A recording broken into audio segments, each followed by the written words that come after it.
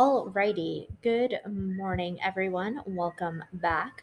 I am super excited for day 4 of our National Poetry Writing Month workshops.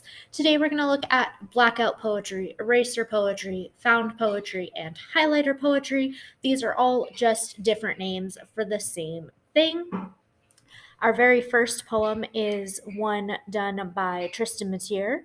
I stare down at this bed, which collapsed a point of reference for the rest of this gray month. Even I don't know why anyone would stay. I wasn't careful. I walked right into teeth, wondering whose they were, thinking of how I stick to the bad choice because it's full of you and you and you. I am in love with my anger, my war won, body tense and vicious. And this is Blackout Poetry created from Mockingjay by Suzanne Collins. And basically, all Blackout Poetry, found poetry, eraser poetry does is it takes an original piece of text, it selects words that are going to be kept, and then removes everything else by blacking it out. Highlighter poetry is the same thing, except you're keeping the original text and highlighting the points that you're going to keep. Erasure poetry is exactly the same in either way, and found poetry is also the exact same. We have another example from Tyler Knott Gregson. This is one of my favorite poets, and it goes like this. In my solitude, I became aware of lack lie near me in the starlight, quiet and free, a faint noise of people passing in sleeping cities after hours of stillness. There is romance in the black hours. And this last one is a erasure poem where somebody misquoted Emily Dickinson. Because I could not stop for debt, be kindly stopped for me. Alrighty, so now that we've looked at some examples of these fabulous forms of poetry, let's talk a little bit more about how you can tackle one, create one of your own, and proper ways to cite what you've created.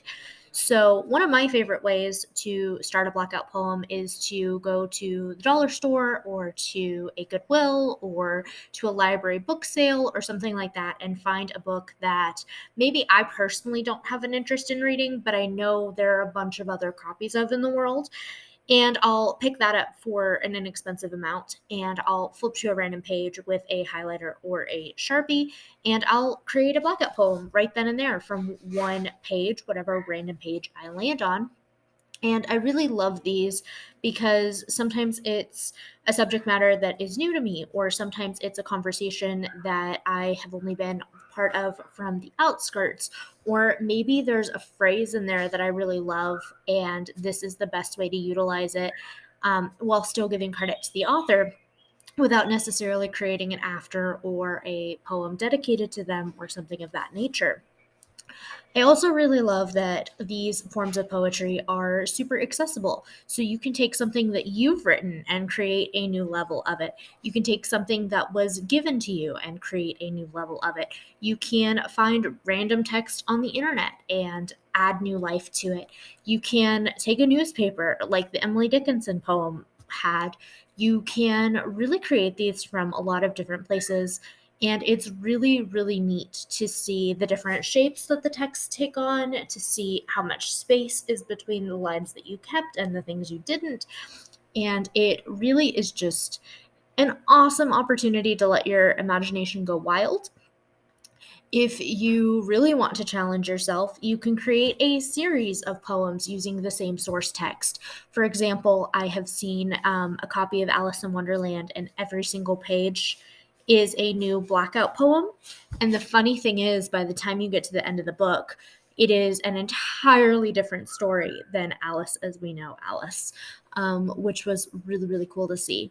If you liked the Tristan Matier blackout poem, she has a collection of poetry titled Redacted, and Redacted is exactly that. It is a mini collection of poems that are blackout poems and come from a wide variety of source material and things of that nature. So that's really, really cool. There are also blackout poetry journals, which create an opportunity for you to take source text that somebody else has already gathered and create a series of your own Blackout poems. And there are all kinds of examples online. There's a fabulous Rudy Francisco erasure poem.